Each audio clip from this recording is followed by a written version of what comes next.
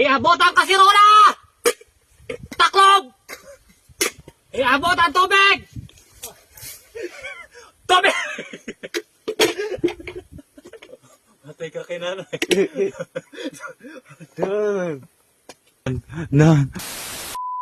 Mushroom naman nga ni ho, ang aming gugulayin hindi sa bukid. Uy, kamangyan. Dahil maulan-ulan nga ngayon mga tangay, kaya tumutubo naman itong mga kabuti sa gilid-gilid ng mga basakan. Kaya naman nanguha kami ng kapatid ko upang ito ay gawin naming ulam. Sa mga hindi pa nakakatikim ng mga kabuting gaya nito mga tangay, sobrang sarap dito mga tangay. Kaya tingnan nyo mga bakuran ninyo kung may nga tubong kabuti dyan. Ang pinakamasarap nga luto nga dito mga tangay ay lagyan mo lang ng kalamansi at lagain mo lang ito. At ito ay gagawin mo ng ulam. Sobrang sarap nito mga tangay tuwing umaga at maulan-ulan pa. Mag-iingat lamang kayo mga tangay dahil mayroong mga kabuting nakakalason daw. Karamihan ng mga kabuti mga tangay na nakakain ay nakikita nyo at tumutubo lamang ito sa mga dayami. Sobrang paborito nga ito mga tangay dahil sobrang sarap ng lasa nito at nakakakilig. Ganyan nga mga tangay ang itsura kapag pinaghati-hati mo iyan at mga putol-putulin mo ang kanyang tangkay at ang kanyang mga dahon.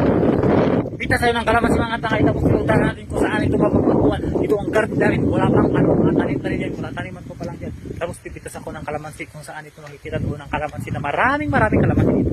Ayan po. Yan nga mga tangay ang aking tanim na kalamansi na markotid mga tangay. Sobrang dami ng bunga niyan. Wala akong nilagay na mga chemical at in-spray dyan mga tangay. Sobrang kusa lang yan daw tumubo at ang bunga niyan ay napakarami mga tangay. Sobrang dami-dami mga tangay at nakakatuwa mamitas ng mga ganyang mga bunga ng kalamansi mga tangay. Kaya kayo magtanim na rin kayo ng kalamansi mga tangay para may pipitasin kayo. Aking lulutuin. Wow! Sobrang sarap ito ang aking sinungnado. Wow! Wala! Ang lawa ng kalayo. Ang lawa daw kasi mahangin ang tardiyo. Pati ako. Iabot ang kasirola! Ang taklob! Iabot ang tubig! Tubig! Don! Ano? Matay ka kay nanay. Butas.